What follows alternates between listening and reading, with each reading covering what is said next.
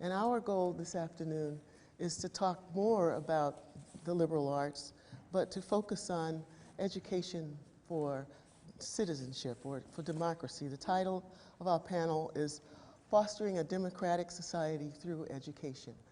I'm Janet Dickerson, and I'm delighted to be here and privileged to be with such a distinguished group of Swarthmore graduates, alumni.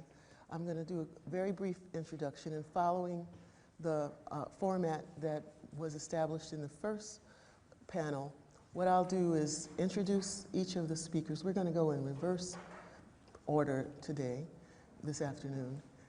Then we'll ask each person to very briefly, 1.5 to 2 minutes, speak about their undergraduate education and the kind of competencies you acquired here.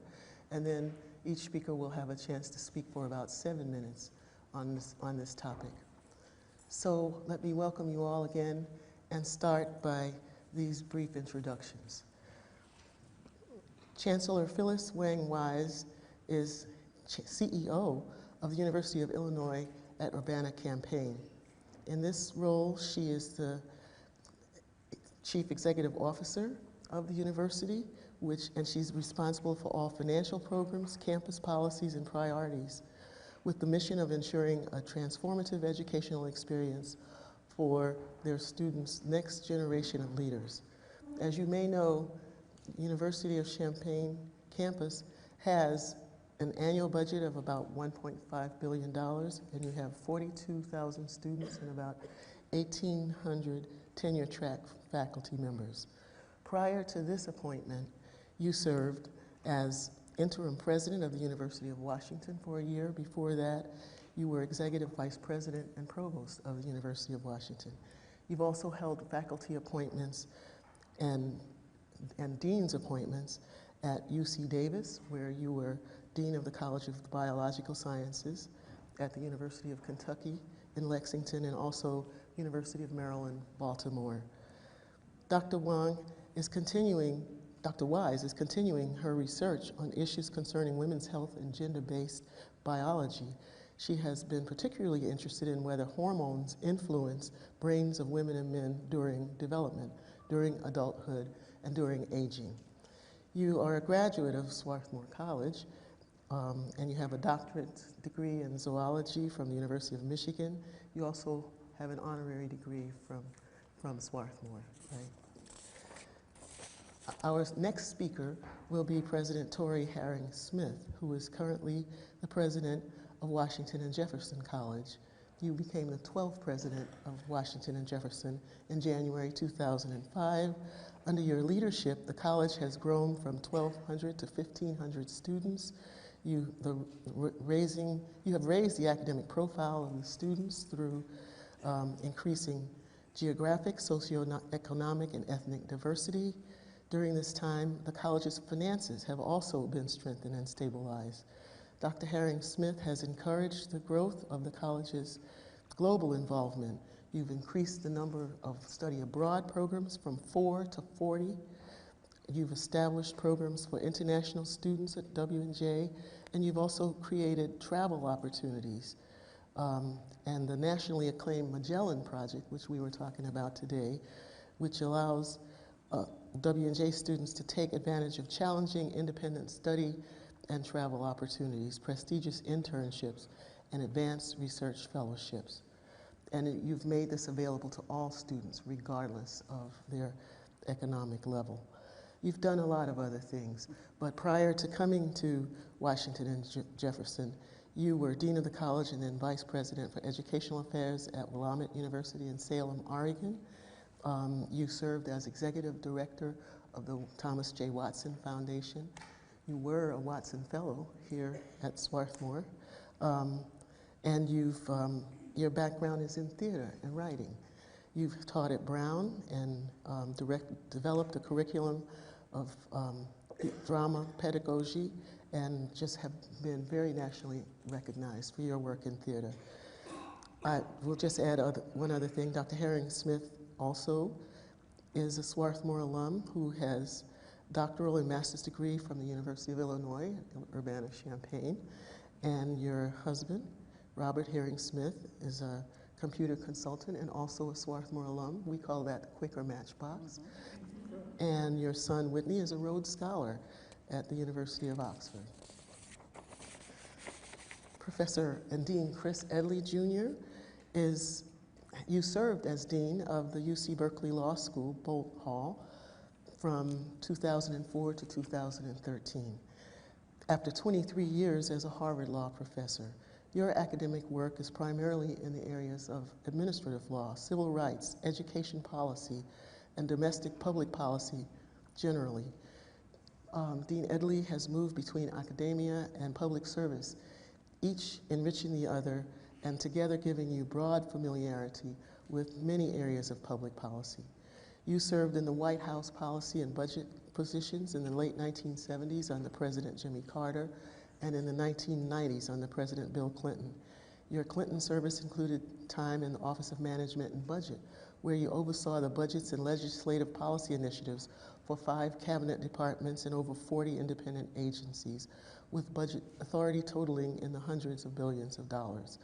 You have held senior positions in 5 presidential campaigns, that was a Freudian slip, including your part-time service during 2007 and 8 as a senior policy advisor for candidate Barack Obama, whom he taught at Harvard Law. You've done many other things too. Currently, since February 2011, you've been co-chair of the congressionally chartered National Commission on Equity and Excellence in Education, appointed by U.S. Secretary of Education Arne Duncan. This commission is broadly charged with revisiting the 1983 report, A Nation at Risk, and recommending future directions of K-12 reform. Our 4th speaker today will be Dean William Bolden, who is the Dean and the J.B. Fuqua Professor of Business Administration at the Fuqua School of Business at Duke University. Your previous roles at Fuqua School include Deputy Dean, Senior Associate Dean for Programs, Associate Dean for Daytime MBA Programs, Area Coordinator for the Marketing Faculty, Co-Director of Teradata Center for Customer Relationship Management, and the Executive Education Academic Program Director for both the Marketing Leadership Forum and the Advanced Management Program. Dean Bolden received his bachelor's degree in economics from Swarthmore and a PhD in marketing and from the Wharton School at Penn. Your research interests lie in the intersection of management, marketing, and strategy. Of particular interest to Dr. Bolden is evaluating how managers make decisions and how consumers respond to those decisions. You're also interested in healthcare policy research, particularly in assessing the role of the patient experience and managerial activity in the quality of care. Like our other panelists, you've been highly recognized for your work in the field, and you consult and work with numerous organizations and companies. We welcome all of you, and our assignment today, as I said earlier, is to talk about the experiences of students and the role of liberal arts colleges in fostering a democratic society through education. And before we start the longer talks, our brief question to you is to just tell us a bit about your Swarthmore education. What did you learn here, and how did that prepare you for your life and your career? And at our Student Life Committee meeting yesterday, someone asked, if you feel like talking about it, maybe you could even say, in addition to the competencies you developed, did you have any notable setbacks or fantastic failures? Did you have any transformative experiences or any memorable joy? So we will start with you, Chancellor. Thank you very much, Dr. Dickerson, and thank you so much, President Chop, for this unbelievable invitation. I'm so honored to be here. I wish I could just, absorb more about what has been spoken about at the last panel. Just being here for a few hours already and looking forward to the evening, I realize that we are an incredibly privileged group of people to be part of the Swarthmore family. Just being around the lunch table, you feel instantaneous relationship with people that you've never met before because of the shared values that we have as Swarthmore grads. in terms of a spectacular failure, I'm not sure it was a failure, but it certainly was intimidation to come and be among such a very smart and intelligent group of people who were really engaged in society from the very beginning. My first day at Swarthmore in 1963 was a day when 10% of the class was in jail in Westchester because they had demonstrated against Governor Wallace. And I realized that I was not only amongst a group of incredibly intelligent people, but people who really felt a responsibility to be engaged in democracy, really. Yes. And so that was the beginning of my experience. In terms of what I took away with me, you know, I would not be the person that I am were it not for the years that I spent here.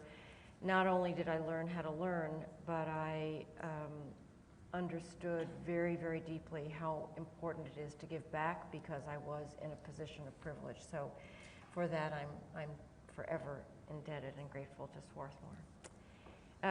You might think that it's a little bit strange for the chancellor of a huge Big Ten public research-intensive university that is in the middle of cornfields and soybean fields that is flat, and I really mean flat. You've never seen anything this flat. I mean, I think I walked more altitude just going from the train station up to Parrish than I have in Urbana-Champaign.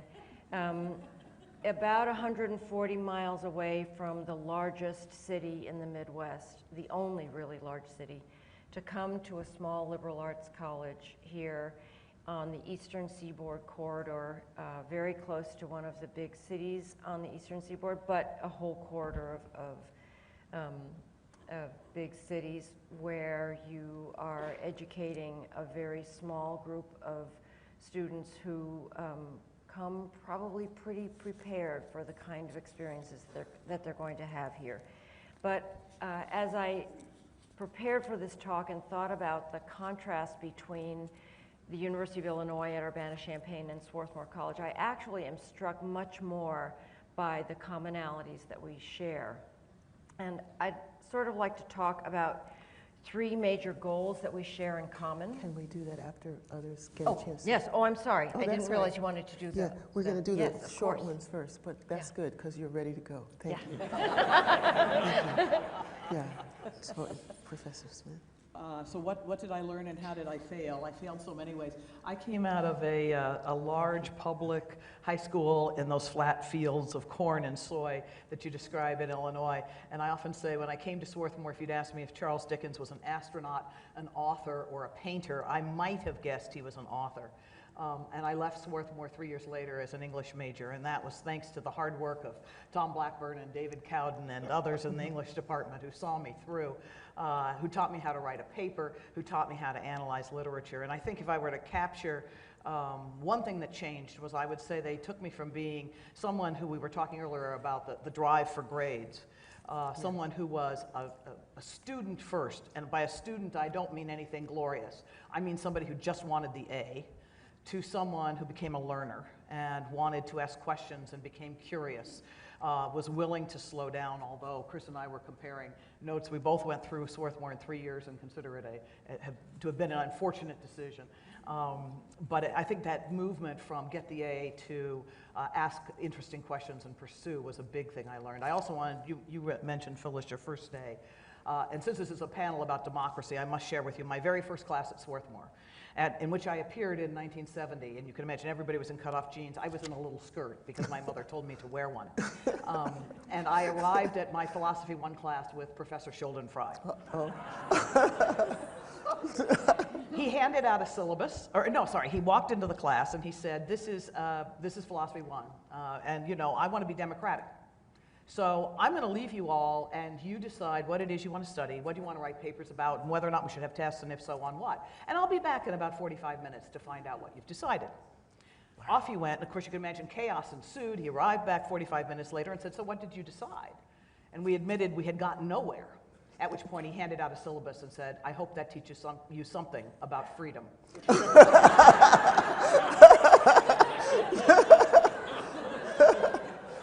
That's good. That is so Richard. It's so Richard, isn't it? Yep. Chris.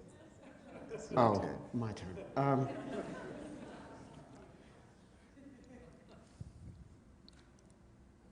I learned not to be afraid of being stupid. It, I've referred to this often, this experience of being in an honors seminar on the mathematical foundations of quantum mechanics with 3 students and 2 professors, and really getting to a point in the seminar where we were all stuck on page 74 of a new book that we were trying to work our way through. And the 5 of us were stuck for 3 weeks. And that experience of working really hard, I mean, this is a double credit seminar, right? That experience of working really hard for 3, no excuses, right? It's not, I was too busy, or I had to do this, or I had to do that, or I was sick, or, I mean, trying as hard as you can and just not being able to get from the top of the page to the middle of the page was really humbling. And so I think it left me, in retrospect, it left me being somewhat fearless intellectually. And that has really stood me in good stead. It's made me unafraid of moving outside of my intellectual comfort zone. And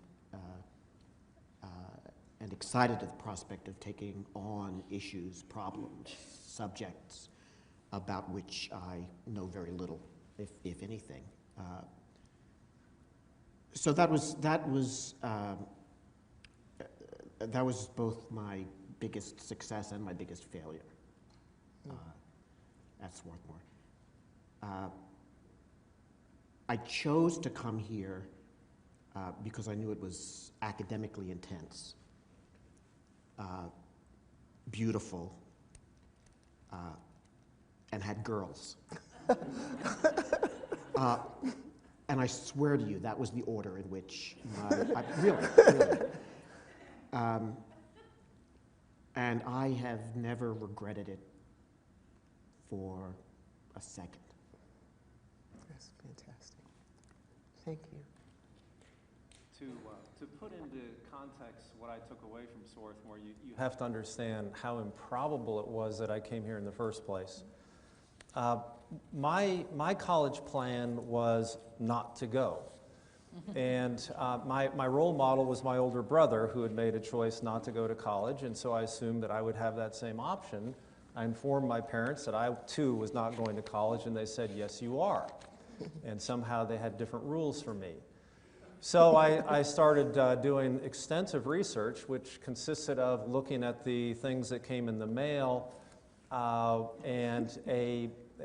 back then there actually wasn't the mass mailing that you had. That's right. But an alumni magazine from Swarthmore came in the mail. I later learned that my father had an honorary degree from Swarthmore, so that's why we were getting this mailing. And it was all about how Swarthmore placed so much importance on sports. And so I thought, well, I actually would like to play college basketball. And so the reason I chose to apply to Swarthmore was I wanted to play basketball at this great sports school. And then the interesting thing was when I told my parents of this decision, how excited they got. You have to understand that I lived in Colorado, which back in that time was practically the Wild West, and I literally knew nothing about Swarthmore other than what I had read in this alumni magazine. I learned from my parents that this was an incredibly rigorous academic institution, and I immediately thought, fantastic, there's no chance I will be accepted, and I'll go back to my plan of not going to college. So the curious thing, which still is hard for me to understand, is that I was accepted. And so that, with that flying start, the interesting thing is the simplest way for me to characterize what I got out of Swarthmore is that it put me on a path to being human. And the probably the most important element in terms of being put on that path, and I'm still working on that today, is that I met my wife here. And so that's been a lifelong project for her to help me in that direction. And what do I mean by being human in terms of what was so important about the Swarthmore experience is this extraordinary combination of endowing one with the reasoning skills and this odd mixture of confidence and fear and humility that allows you to recognize what you don't know, and combining that with an awareness of the world that we live in and all the challenges and opportunity. And so that's something that I found unbelievably valuable. Thank you all. So now we'll talk. Now I can Yes. start. And this time, you have a longer time to talk, and we're asking the question, what does it mean to educate people for a democratic society? Exploring the notion of the feasibility of preparing students to be better citizens as a result of their education. So let me start again where I was just about to Yes. launch in before we all had a Yes. chance to introduce ourselves and talk about, I think, the important commonalities between the goals of an education at Swarthmore with the goals of an education at a very large university. As you mentioned, we have 43,000 students and almost 2,000 faculty, 16 different colleges. That is so much in contrast with Swarthmore that you would think that we wouldn't have anything in common. But I think we share many goals in common, and I thought I would just talk about three. One is that we both want to offer learning experiences that allow our students to be really leaders in their communities and in the nation and the world. And when I say leaders, I really mean people who are well educated enough to vote, to have be able to earn a salary that they can give back, that they can be philanthropic, that they will take the control of their health into their own hands, and that they will impart the importance of education to everyone else. And I think that we both, the University of Illinois and Swarthmore, have that goal. I think the second thing is to expose students to the most stimulating, transformative learning environment that you possibly can. And what this boils down to from the president's point of view or from my point of view is being able to recruit the very finest faculty, to be able to retain them, to be able to provide them with both the infrastructure and the resources that make them as productive as they possibly can. And although I too share some misgivings about the tenure system, which were mentioned in the last panel, I have to say that at places like Illinois and at Swarthmore, that tenure is something you strive for, but once you have it, you realize it's not very important, and you keep on going on your path. And one of the things that I was told when I was a very young administrator, when I was the first chair at Kentucky, was that if you have 5% or 2% of your faculty that are not very productive, and you spend 70 or 80% of your time trying to make those faculty productive, you are actually depriving your productive faculty from becoming even more productive. And so I think we need to figure out whether or not we can really change the tenure system, which I don't think we will be able to. And so within those constraints of having a tenure system, how do you continue to allow the environment for your very best faculty to become even better? And by doing that, I think you will be able to provide the very best learning environment to students.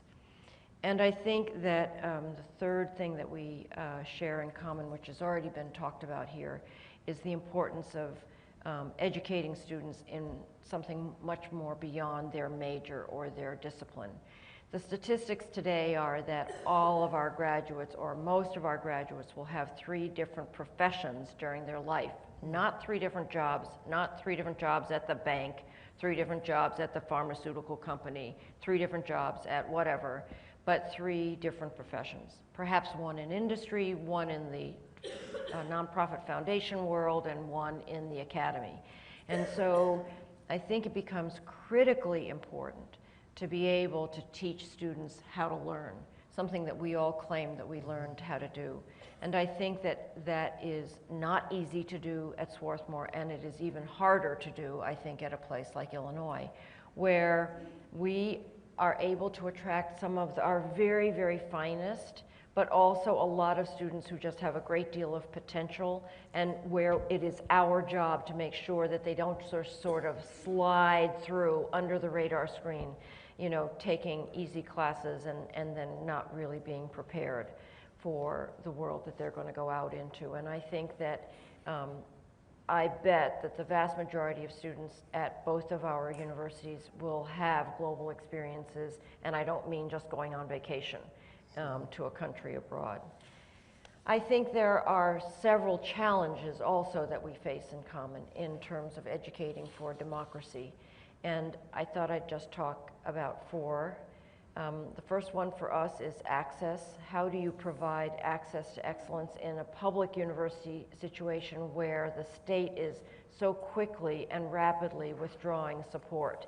And I'm sitting with other people who are at public universities in states that have been equally unengaged or disengaging themselves from public education. I remember Chancellor Bergenau's wonderful statement that Berkeley was state supported, and then state aided, and then state located, and now state molested. And You stole that from me. oh, I should have known that a chancellor would steal from his dean. But in some senses, a private university doesn't have that challenge because you've never depended upon state support. But certainly the whole idea of how do you provide access to students, regardless of their ability to pay. And we are not there yet at Illinois, and I'm not sure whether you are there yet at Swarthmore. But we know that we need to be able to provide access to students who cannot afford to pay. I think also providing access to students who are culturally more and more diverse and racially more and more diverse is another challenge. Because if you look at the demography of which racial groups are increasing over the next 20 to 50 years and which ones are staying steady and which ones are decreasing, the racial groups that are increasing in number are the ones who are not usually college bound. So even if you are successful in getting them through the 12th grade and getting them to apply, and there's a leaky pipeline at every stage, right? From 9th grade, there's a leak to 12th. From 12th, there's a leak to graduation. From graduation, there's a leak to those who take the ACTs and the SATs. From that, there's a leak to those who actually apply. And from that, there's a leak to those who actually come. Even those who come, they are not as prepared in the way that the students were before. They usually don't have parents who've ever gone to college, so they can't go home and ask their mom or dad whether they should take chemistry, physics, biology, and calculus at the same time, or whether they should spread those out even though they're an engineering major.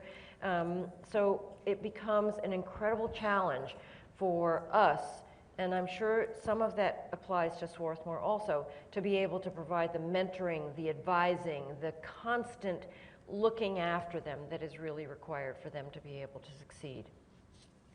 I think a second challenge is the need to educate our politicians, legislators, governors, and senators and representatives in the federal government in terms of the common good that higher education really is. That the country will benefit regardless, the democracy will benefit regardless of whether you ever step foot on Berkeley or Colorado or Illinois' campus or Swarthmore's campus. That what we are doing is providing for the common good, and for that you really, really need the kind of support that is critical for higher education. I think the third challenge would be, the third challenge would really be what is the role of these new learning technologies in higher education. And you know, we touched on MOOCs, we touched on YouTube and what role that plays. I think the pedagogy shows that some of the best retention in learning is done when you do a hybrid, when you teach some material in the classroom and actually some material online, and the stuff that you're teaching online is actually the big lecture course. In our place, it's 500 to 700 students. Here, it probably is 100 to 200. So you teach that online so the students come prepared, and you actually do the tutoring, the mentoring, the small group in the classroom. And I think we have to learn how to make use of these online technologies, and this is all moving so fast it'll be hard to keep up with, I think. And I think the final challenge really is, how do we answer the question, are we really training students for the workforce in places like our universities, or are we educating them for life? And I believe that because of the fact that we do expect people to be living longer and be working longer and be changing their professions multiple times in their life, that training for the workforce is not the role of Swarthmore or Illinois or Berkeley or Colorado or these other major universities. It is the role of community colleges to do that kind of thing. But what our job really is to work on the minds of the students who are fortunate enough to come. And this is why a liberal arts education is so very critical, because if a student can only do the calculus and the physics that are required to be an engineer, but cannot articulate and cannot communicate that, whether or not you're doing it in a long paper, whether or not you're doing it verbally, whether or not you're doing it in a 140 character or whatever Twitter really is these days, message, I think we have failed. Thank you.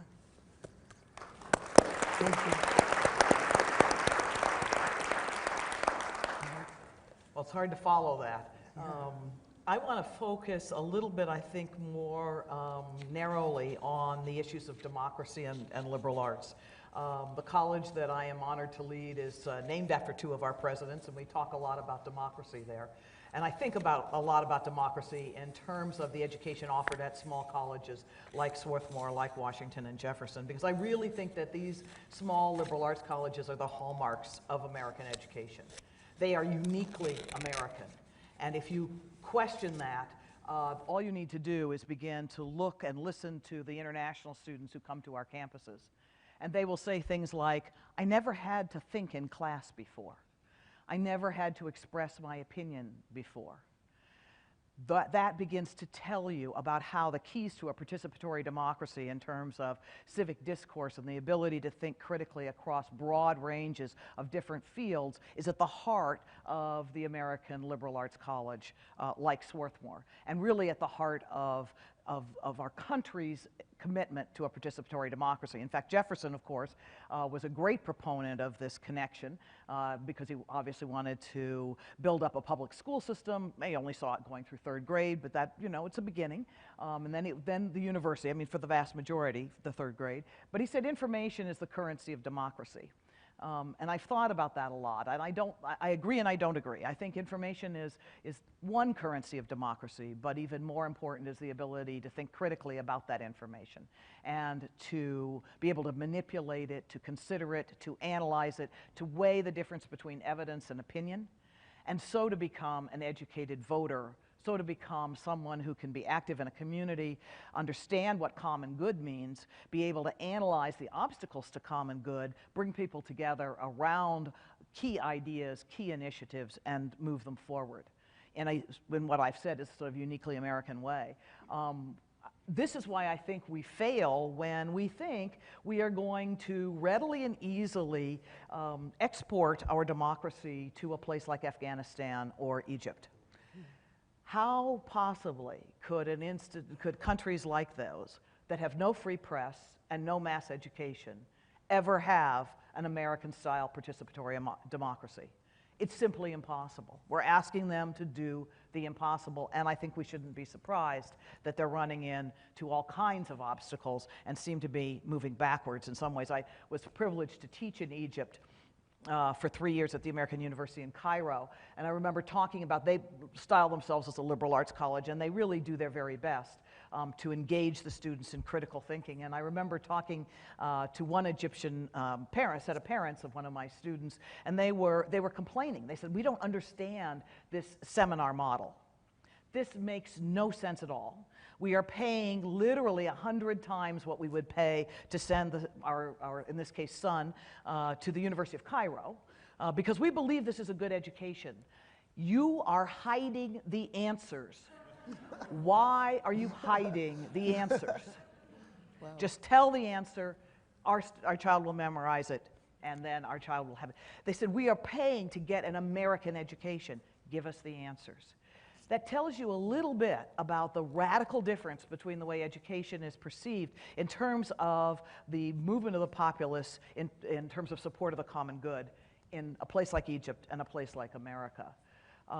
It is a very different environment entirely. In fact, it tells you a little bit about how a liberal arts education is the greatest threat possible for tyranny and dictatorship. In fact, it terrified the Egyptians that we were doing what we were doing. They would support it, but it terrified them that we might be asking students to express their own opinion and to think in class. Our students who travel abroad, as you say, not just for vacation, but who travel abroad with an intellectual question in their mind, they travel abroad to study, learn a lot about their own values. That's why we send them abroad. And they learn a lot, by contrast, about our particular expression of democracy, and why it is, as I say constantly on our campus, that college is a conversation. That I learned at Swarthmore. I learned that it was a conversation in the classroom. I learned it was a conversation out of classroom. And the conversations I had were the heart of my education. And they went seamlessly from 9 o'clock in the morning in a French class or a philosophy class to midnight in a conversation over a bridge game in Willits. These were conversations across lines of difference in which we had respect for each other. They were conversations across time and space. They were conversations across disciplines. And as I have taken over the leadership of the small college that I now have, Washington and Jefferson, I have drilled into the students how important it is that they learn to talk across lines of difference from a position of respect, which is really difficult.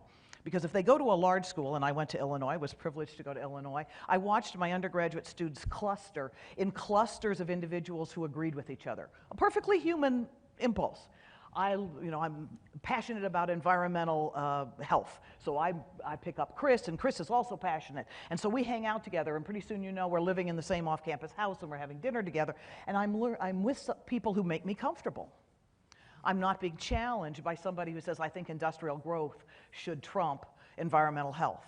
I'm not having to examine my own position. When I taught at Brown, which was a wonderful experience, it was a great place. It was very liberal. That happened to be my personal politics. It was wonderful. We were very comfortable. We all knew we were right because nobody ever challenged us. And if you had an alternative position, it was really hard. I used to teach feminist theory in terms of drama. And I used to have to present a conservative point of view. I would say to my students, what if someone thought this? And they'd say, oh, nobody would think that. And I'd say, well, actually, they would. And then they'd say, well, then they're stupid. And I'd say, well, we cannot reject. This is a democracy in which you're going to have to engage people who have different opinions than your own. And I was particularly lucky to come to Washington and Jefferson because the history of our college is the history of education in a democracy. The college was founded by the joining of two bitter rival colleges, one Washington and one Jefferson, about 10 miles apart, in the western part of Pennsylvania, just south of Pittsburgh, which was, of course, very close to the Mason-Dixon line. And these two colleges, I cannot express to you how much they were rivals. They faced financial challenges through the 19th century and refused to join. But when the Civil War came and the men because it was only men at either college at that time, went off to war, they had no population to teach. And one college, Jefferson, predominantly had sympathies toward the South. The other, Washington, predominantly sympathies toward the North. While the men were off fighting, the two colleges did the unthinkable. They joined. So the veterans came back and were rooming, not only with the students from that rival college, but with people they had literally been on the opposite side of a battle line from and tried to kill. We can place them on opposite sides of the lines at Gettysburg. We know that some were actually overseeing their roommates formally as prisoners of war in various detention situations. We have letters between them. There were sword duels on the campus. No one was killed, but blood was shed.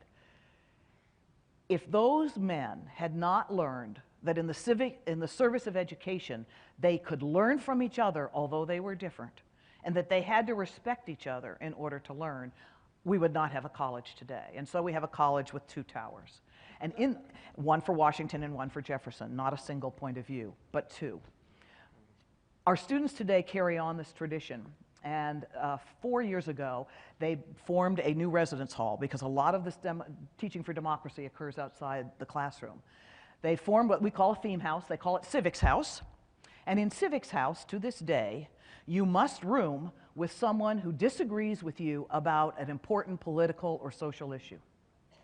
So if you're pro-life, you must room with pro-choice. The head of the college Democrats and the head of the college Republicans are roommates, voluntarily. And they bring to the campus lots of wonderful panels with opposing points of view. This is a place where they have to live with that cognitive dissonance of, I really like you, but how could you think that? That is a crucial skill for democracy that we teach in our classrooms, we teach in our residence halls, because college is a conversation that prepares us to participate in a particularly unique form of democracy, American democracy. Thank you.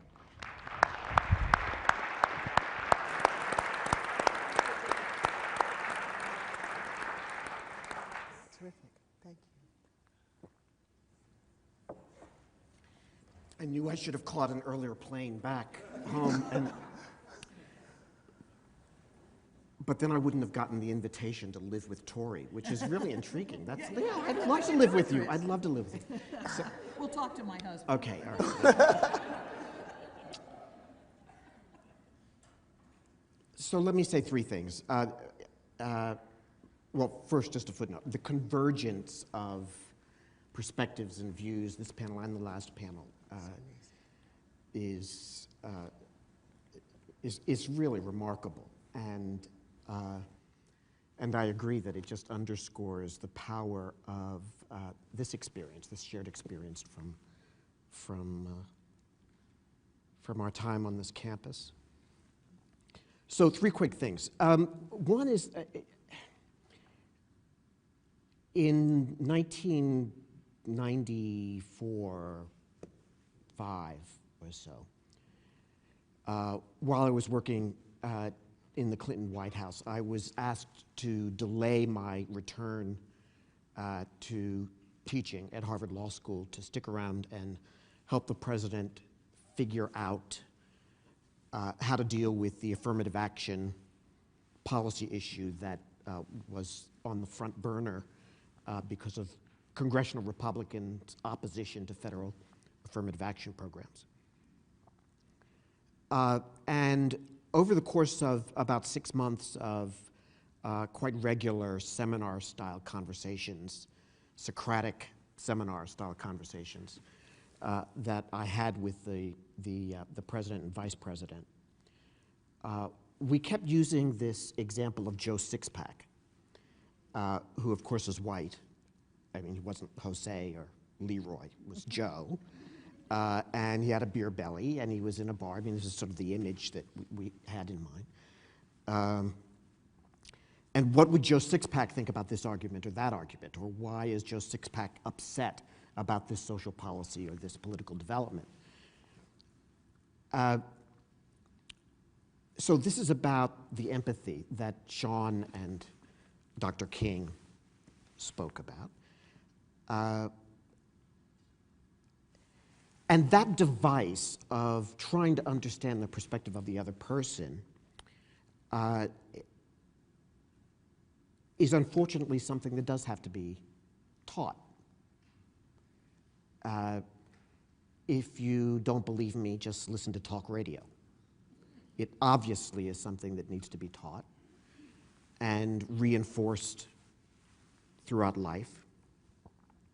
It's precious and it can be difficult. And it can be especially difficult as we see the narrow casting in the media and as society becomes more complex and we seek out people who are like-minded, people with similar experiences, in the face of the inevitable diversity of most of our workplaces But it was more than just this projection of what would Joe Sixpack think. It's also a question of, well, how do I reach Joe Sixpack? How do I persuade Joe Sixpack? How do I make Joe feel as though we're part of the same community? So what was interesting to me from an intellectual standpoint as we were going through these conversations is that the question of effective persuasion, effective and ethical persuasion, how to do that, was very different from what I'd been trained to do either as a math major here or as an economist minor here. Was very different from the policy wonk, policy engineering sort of thing that was my métier. That what I really needed was a better understanding of how to use what one can find in the humanities. What one can, this is really, it's about values. And most of America considers values through their spirituality, through their religion. Not me, I'm just a Democrat.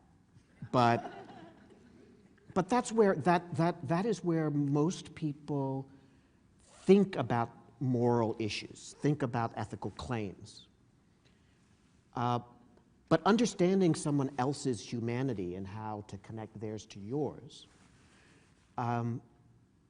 I think this is increasingly important in our democracy. It's not just yammering with each other about alternative calculations of instrumental outcomes, instrumental methods. It's about understanding each other, building community, et cetera, and, okay, period, paragraph. Second point I want to make. If that is indeed what we need, not just as a functioning democracy to have people who will be able to read information and do critical thinking, and but we need people who have some of these humanistic skills. Then we have to do a little bit of backward mapping and understand, well, what experience of the humanities in college will prepare somebody to deploy that effectively in citizenship. So I had to scramble to get that when I was working in the White House. And it was because I had done quantum mechanics and failed to understand. I was brave enough to try to really dig into this, the hard question. The hard question is not how to improve our schools. The hard question is figuring out how to mobilize the moral energy and the values and the ethical commitments to make it possible to start doing the things we know will work. And it's about being open-minded enough to reject the things that don't work and explore things that might work.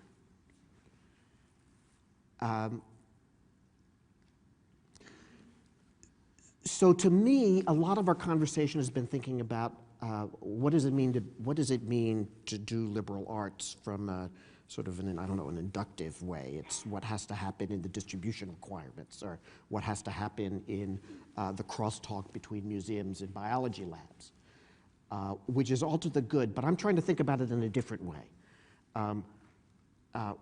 What should I have learned? What should I have been exposed to in the humanities that would have made me a better advisor to a president? That would have made me better able to reach across the lines of ideology or difference in order to be effective at forging community. So that's the second point I want to make. Third point I want to make is that this question of, and I admit it, this is this itself is an instrumental framing, and I would say, how do you do liberal arts in the service of democracy? Right, so you've already set an instrumental frame to this. But accepting that frame,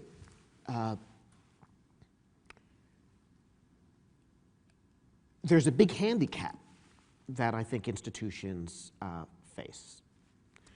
And I sort of put it this way. The interesting thing about being a law professor and standing up in front of a class of people who are going to go be lawyers is that every law professor, latter tenured law professor, you are training people to go off and do something that you yourself has rejected as a career.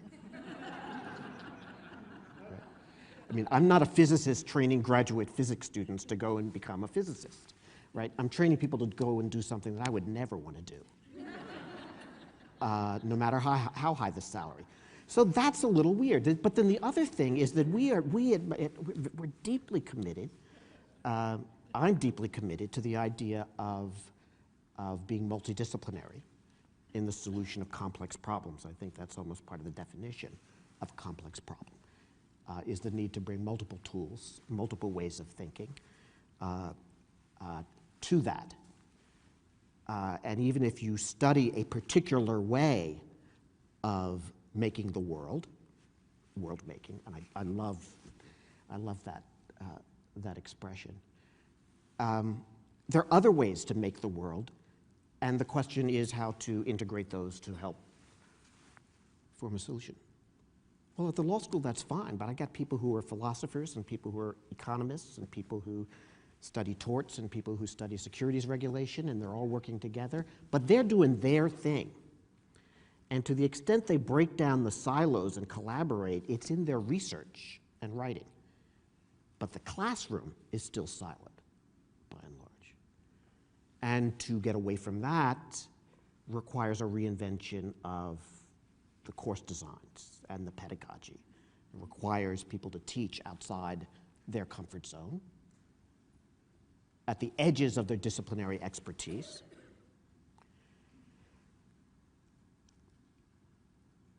Period, paragraph. So in the context of liberal arts for strengthening democracy ahead, you know, it can't just be a little patch on the undergraduate curriculum. I think it really requires deeply rethinking what competencies we want students to have when they leave. Both, what do we want them to have in terms of receptor sites for ways of thinking outside of their discipline, or their profession, and empathies,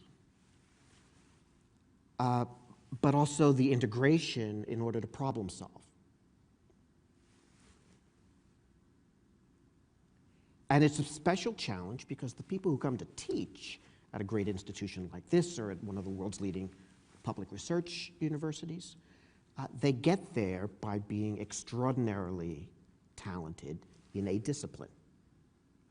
They get their external professional rewards by continuing to do great work within their discipline. The stature of the college in the eyes of academia is in very important ways fueled by the narrow disciplinary stature of the faculty. So for liberal arts to do what it really can do is going to require something pretty dramatic, I think, in the way we do undergraduate education. Now, I can't speak to the question of whether there's a market for that. There may not be a market for it, but I think I'm enough involved in policy and politics that I'm very worried. I'm deeply worried about the state of our democracy. And the liberal values that we've all been discussing need to be reinforced in college for that purpose. But frankly, I think the situation is acute enough that we also have to really figure a counterattack to get liberal values into civic culture at large.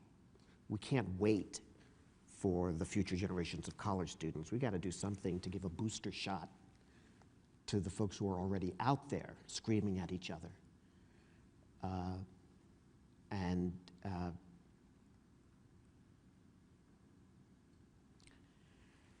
Well, I guess I'm done. Okay. Yeah.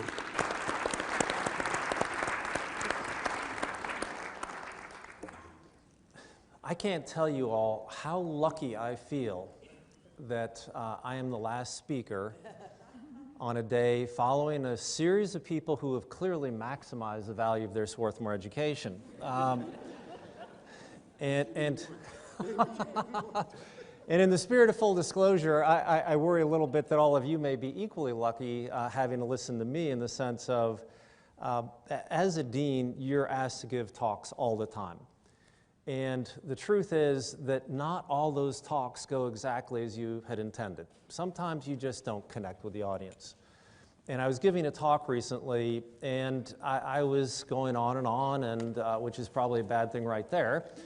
And I noticed when I was looking at the audience that they didn't seem particularly engaged. I saw some body language that didn't look so good. They were kind of slumping back. Heads were starting to tip back, eyes were rolling into the back of the head, and just the usual cues that tell you, no, it's not your day. Now, the sad part of this is that when you give these talks, invariably, just like we'll do today, after the talk, you all go mingle with each other. And in those settings, you sometimes hear things you weren't meant to hear.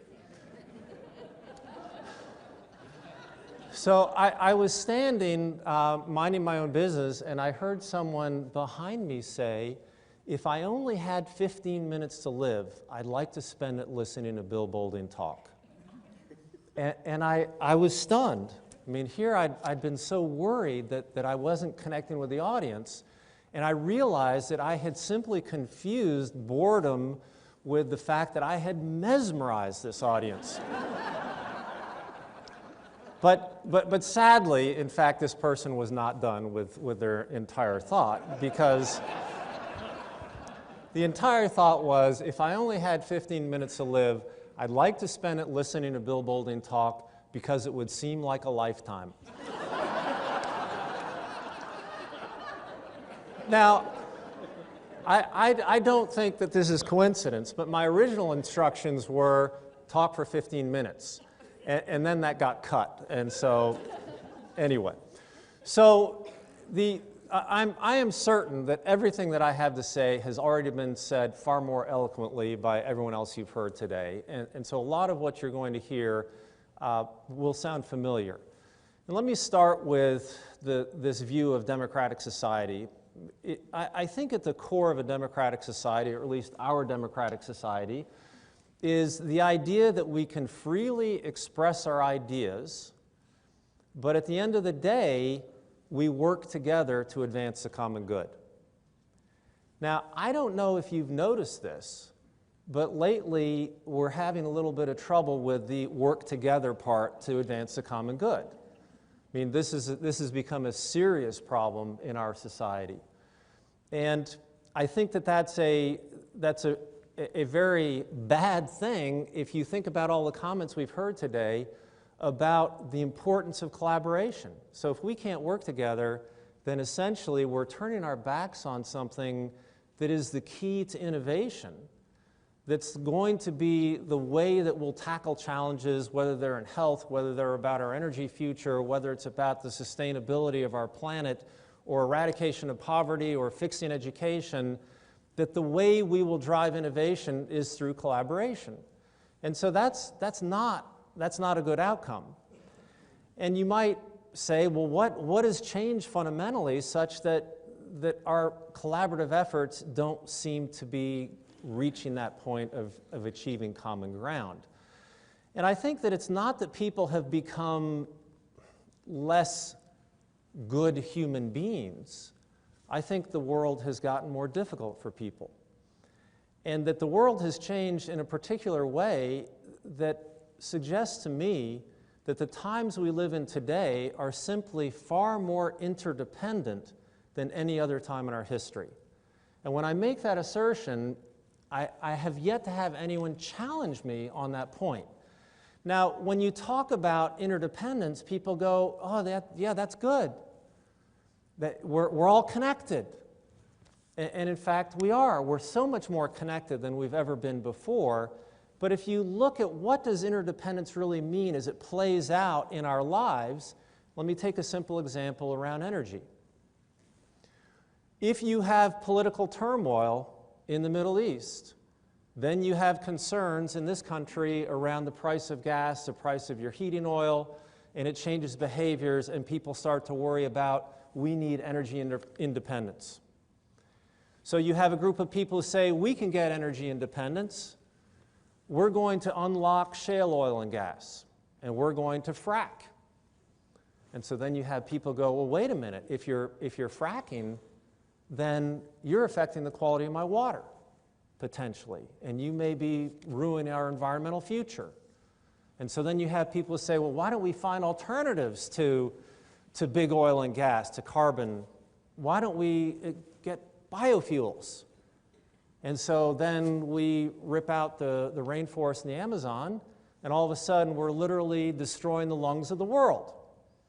So that's actually what interdependence means. It means that I can do something that changes your life, you can do something that changes my life, and guess what? It doesn't always feel very good. Now, there is an upside to interdependence that we're missing, but the basic thing that interdependence really means is loss of control. You don't control your life the way you used to because of this interdependence. And we know how people respond to loss of control. They don't like it. And so the natural reaction to loss of control is that you fight it. And therefore, what you do in a world of increasing interdependence is exactly the wrong thing, which is you fight for your narrow self-interest. You try to protect what existed for you previously rather than understanding that this interdependence is inevitable and we need to manage it in a positive sense.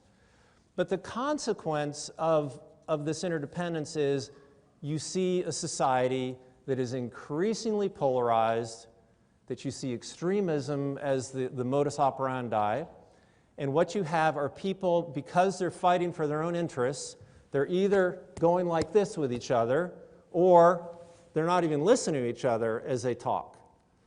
And that's the state that we live in today. And it's a pretty bad state in terms of what those behaviors have done in terms of the level of trust and the confidence that we have in leaders to help us find common ground. There are people who actually measure the level of trust that we all have in various people in society. And there's some interesting results here. So first of all, as someone who is a dean of a business school, I find it extremely troubling that over the past 5 years, that business leaders have plummeted in their level of trust down to the level of politicians and government leaders. And people will laugh at that around the world, by the way. There's nothing that changes as you move around the world in that sense. Now, what's interesting is that over the past year or so, business leaders have created some positive separation with the politicians, not because they've gone up, but because the politicians continue to go down. What's most interesting to me about these trust results is guess who is the most trusted group in our society? It's academics, because they are perceived to be impartial and to be people who seek truth, wisdom, insight, and the ability to tackle challenges that will advance the common good.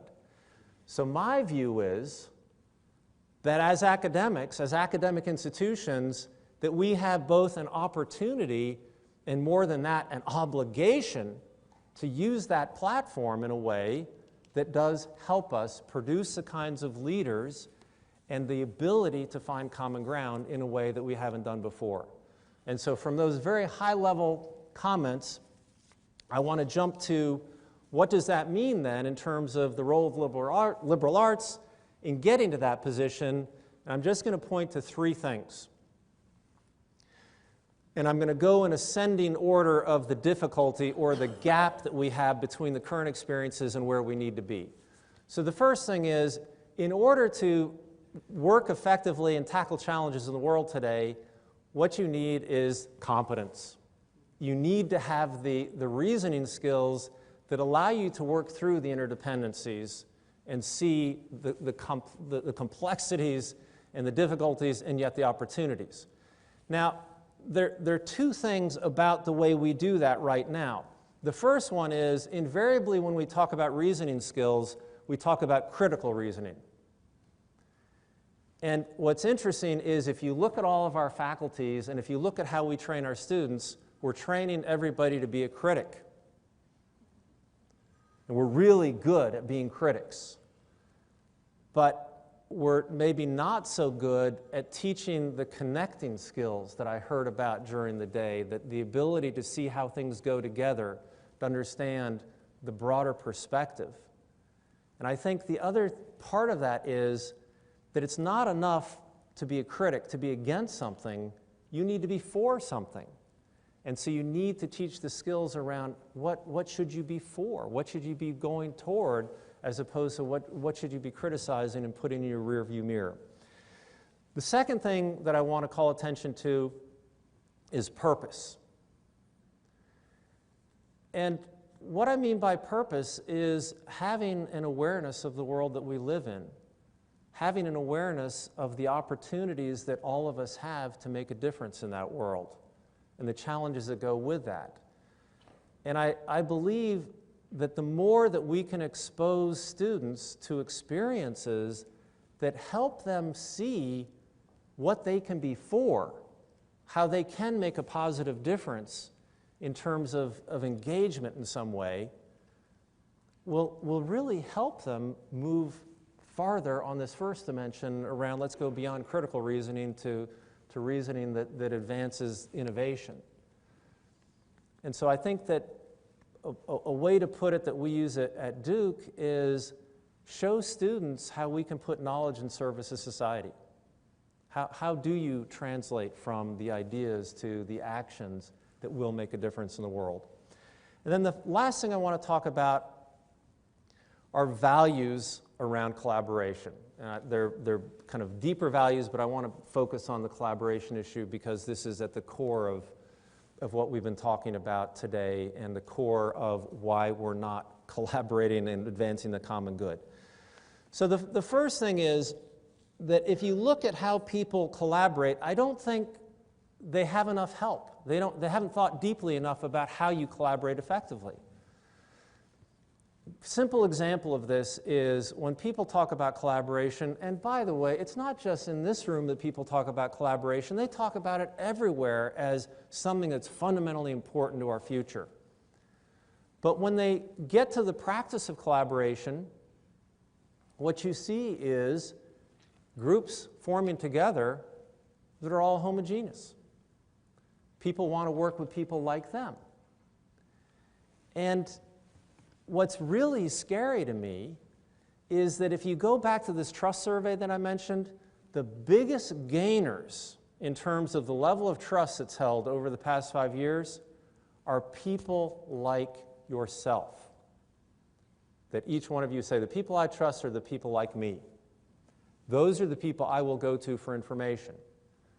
So you're creating, in the world we live in today, you're creating more and more opportunity to create social networks where I can be with people geographically distributed, but they're all just like me.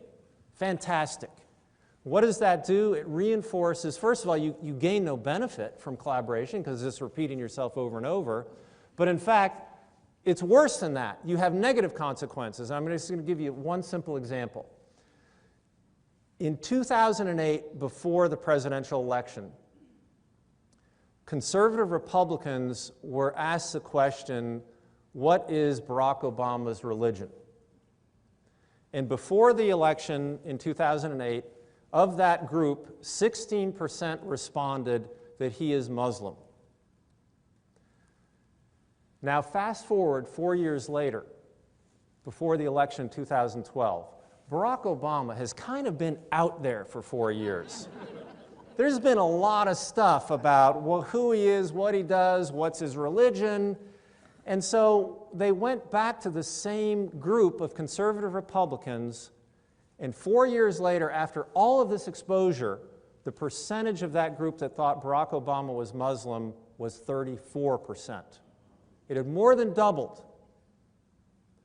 And that's what happens when we create social networks. We just tell each other what we think and we spread disinformation. And so it's something that is extraordinarily important as we think about collaboration, that as we think about collaboration in our business school, we actually use the phrase collective diversity. Because it's not true collaboration unless you're collaborating with people who are different from you, just like what you were talking about. And it's incredibly important to create those diverse teams because I'll tell you what, there are a lot of academics who've done a ton of research that show if you create more diverse work teams, you can look at all kinds of outcome measures, you will get better results. Not just efficiency, you jump to new ideas, new insights, better performance. And so you want that collective diversity. But here's the thing. When you just think about, first flaw is collaboration means I collaborate with people that are all just like me. Second flaw is I just throw people together who are different. And then we're going to see the natural benefits of that. It turns out that research that I talked about that shows the obvious value of diverse work teams, you don't get it unless the people on those teams believe they're actually on the same team. And what that means is that you don't get people to engage in effective collaboration unless, first of all, they feel the confidence to represent themselves authentically for who they are, their experiences, their insights, the wisdom that they bring. If you don't feel like you're on that team, you're going to be afraid to represent who you really are. So the idea of authentic engagement as a part of that collaboration is extremely important. And the last thing is, in terms of this collaborative notion, to make people feel like they're in the same team, you really need to support their ambitions. You need to change the focus from it's all about me to it's all about you. That your success is my success. It's the idea of supportive ambition. Because if you don't have that kind of supportive ambition, then you're not going to have people who feel like, yeah, I feel valued as a member of this team and appreciate it, and I'm going to go for it, and as a result, we're going to get better. And so those things matter a lot in terms of being able to deliver on effective collaboration. And so my view is I'm a little bit more optimistic. I think that we're learning about how we can work together. We're not doing very well now, but we've got a great opportunity. Thank you.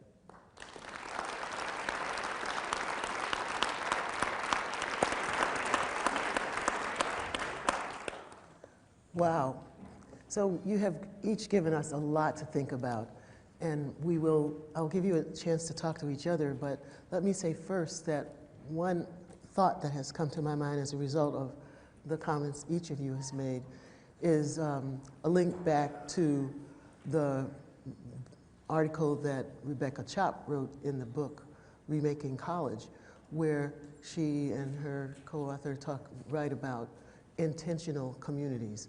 We have an extraordinary opportunity on residential campuses, whether they're major universities or small liberal arts colleges, or, Washington and Jefferson sounds especially unique because of its deep history, which really can be called upon to challenge students to think outside their own experience. But to be a place where we can decide who comes, the access question that you raised, how they are housed, what they're studying with their curriculum, and what values it is we might aspire to have them experience and then leave with. And all of these things can help sort of be a fight of an antidote to the fragmentation and segmentation and polarization and lack of discourse that's happening on too many campuses, not excluding Swarthmore. I think this is a place where it's easy for people to find themselves comfortable in the segments or areas that they want to be in, whether it's a department or around a particular ideological issue. And we have to find ways to use the intentionality of our communities to make this a place where students and faculty and staff, because frankly, I think sometimes the people who are the ongoing members of the community, the faculty and staff, are less cosmopolitan than some of the students who are here. But to work together to develop an environment of trust and common ground and meaningful and helpful discourse. I really loved everything that each of you had to say. But what kinds of reactions do you have from each other to the conversations that has begun? Any comment? Let me make one or two. First, I want to harken back to something that Phil Weiser said in the first panel, and that is the challenge of scalability. Now, we can always say that by making Swarthmore even more luminous, if it's possible, we will inspire other institutions to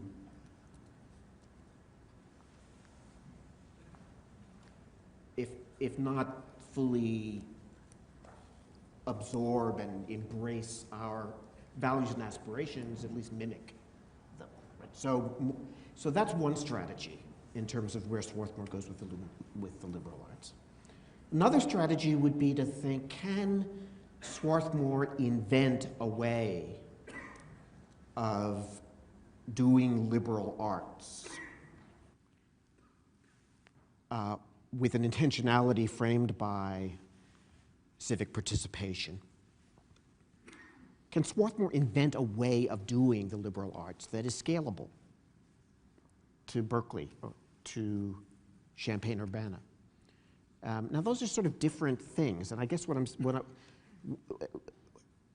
the former seems to me exploiting our privilege and taking the privilege of Swarthmore and trying to make the most of it and hoping that others will do the best they can with the resources available, blah, blah, blah. But the latter, the idea of trying ourselves to figure out how could it be scalable, I mean, that would be a huge contribution. That would be a huge, huge contribution. And if we're thinking about what can Swarthmore do to help the society more broadly, our agenda should not be entirely internal in the way we think about the liberal arts. So that's the first point I want to make. The second is that, look, I teach at a professional school, and I think that many people who think liberal arts would say, well, be dismissive there. But look, the reality, people do want to graduate and get jobs. I'm sorry. And there is something to the tongue-in-cheek Garrison Keillor reference to the professional organization of English majors. So I think the idea of saying you can do liberal arts and it doesn't matter what the connection is to the real world, I sort of think of that as a 19th century, early 20th century, almost finishing school. That's a very elite conception of what undergraduate education should be, in the sense that if you come from the elite, if you are the elite, then yeah, that's right. You don't have to worry about making your way in the world. Your position is assured by the silver teaspoon in your mouth. But if you are on a path to become a first-generation professional, to take the other extreme, then you want to have fun in the intellectual sense, but you also want to get something that you can build upon in order to be successful both personally and in more pragmatic terms.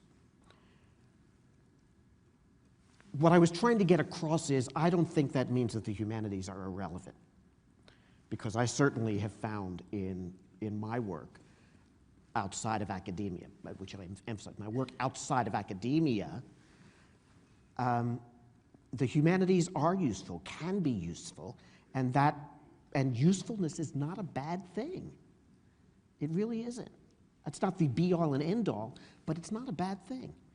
And so the challenge to people who have PhDs in comparative literature and who have rejected going out in the world to start a small business or be an attorney or be in nitty-gritty politics, the challenge for people who are then in the academy with their PhDs in comparative literature, et cetera, is to find a way that their way of world-making can be of use to people who are not going to grow up to be professors of comparative literature, but who are going to go on to other kinds of careers where exposure to the humanities can be important to them and to those they hope to serve. Can I pick up on the issue of scalability? Because I think you make a very good point. And it threads itself through the attack on the liberal arts, I think, that we have, that it is precious. And it seems to me it goes back to what Rebecca was saying on the first panel, I believe it was she, about teacher training and faculty. And I, too, am a skeptic of tenure, although I resigned to it. But I think there is something about being an expert in your discipline and being told to go and literally profess it, which leads you to profess answers. Even if you ask a question, it may be in the service of getting the answer.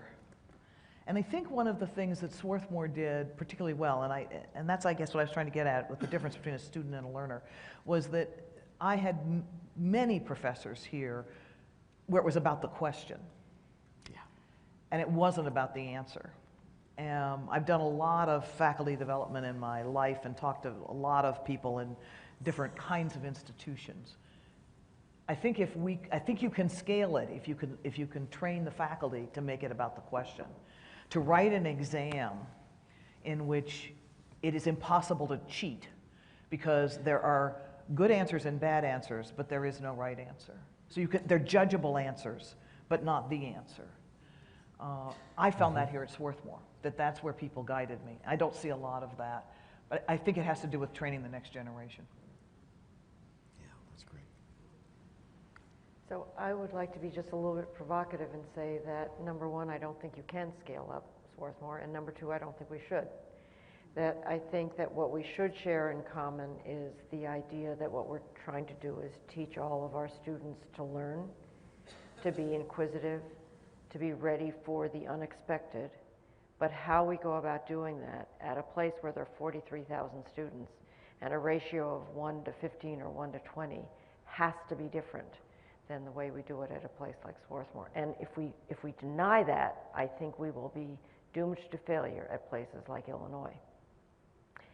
To your other question of we need to be educating students to get jobs, I think that's absolutely true. I mean, I think we can't disregard. In fact, you know, we're all measured on how many of our students are employed after 9 months or whatever. And I think that the data really show that if you do a 5-year window, students with a liberal arts and a humanities and arts education are just as employed and actually have salaries that are very similar to those who are getting math degrees or chemistry degrees. Maybe not people in business schools or, you know, high-paid physicians, but certainly of the others that get a BS or BA, they are just as employable. So I think what it says is that the best education is combining that ability to teach them how to learn as well as teach them how to work at a position and be employed. I think the scalability issue is a really important issue. The one thing I would not underestimate the degree to which you can create scale through a small school, in the sense of what I will say repeatedly is that the people who make a difference coming out of your university, it's not the deans, it's not the faculty, it's the graduates who then create platforms to create scale. And that to me is very, very powerful. So we have about 20 minutes, I think, and we want to have time for questions. Just a very little bit of time. Oh. One question. Oh, just one question? Oh, were we supposed to start? Okay, all right. So we have time for one question, I hear. Okay, and if you could stand up and state your question succinctly, that would help us a lot. Cheating. That's really two questions. Oh, see, that's Swarthmore. So one directed to Phyllis. I'm a graduate of big state universities, Wisconsin and Berkeley.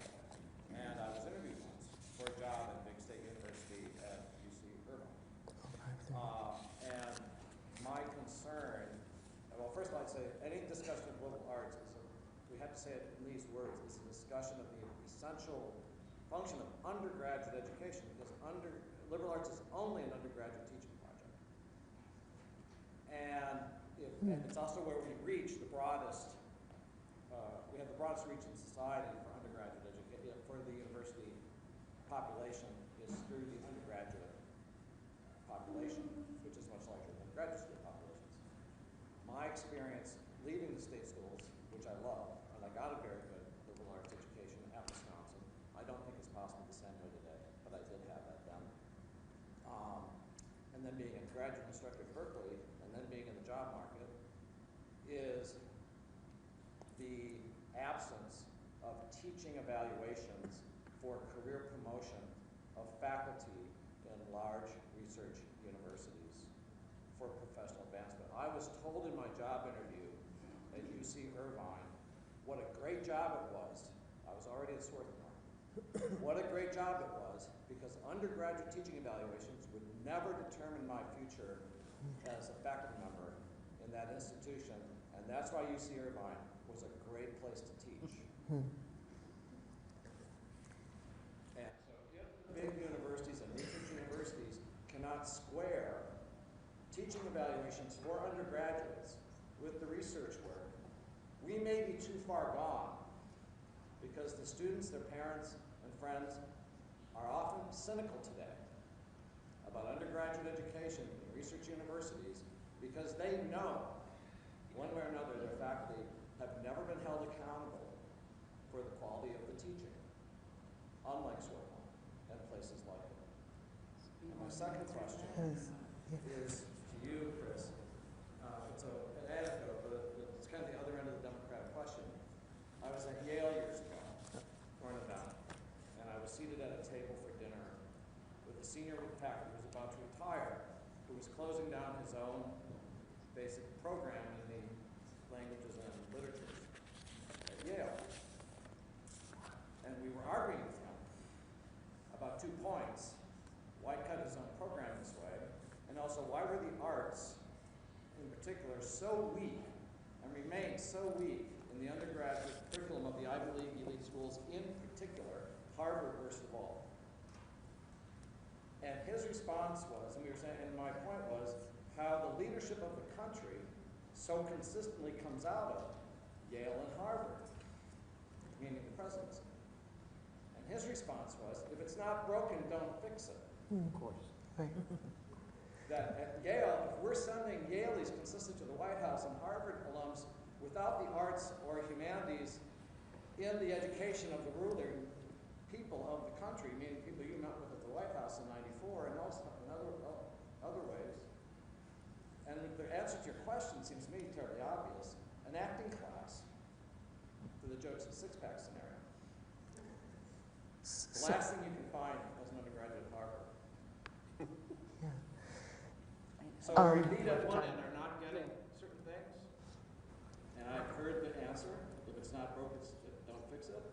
And masses of people are getting teaching in liberal arts undergraduate programs where the professors are not evaluated on teaching. I'm not sure if you want an answer to that question. Well, I think it's a technical matter. The accountability for teaching can be done. And here, I guess I would, I think Berkeley is, at least the Berkeley strategy is interesting. Yeah, I mean, at Berkeley, I think the tenure decision is supposed to include research, service, and teaching in some order. And I would say the teaching gets a relatively light weight in the tenure decision, quite, especially if the research is great. But Berkeley has this weird thing where every 3 years your record is reviewed as to whether or not you get a bump in pay. And if your teaching is bad, you don't get the bump in pay. And that's a powerful signal to the institution, from the institution, about what matters. Right. So as a technical matter can be done. I think the harder question is the teaching really liberal arts teaching? Or is it kind of get ready for your doctoral program teaching? And I think that's that's a tougher nut to crack at elite public and private universities. As in most conversations at Swarthmore, this one will continue. And we really appreciate the input and the wisdom that you all have offered. We thank you. Thank you. Yeah. No, we have to stop.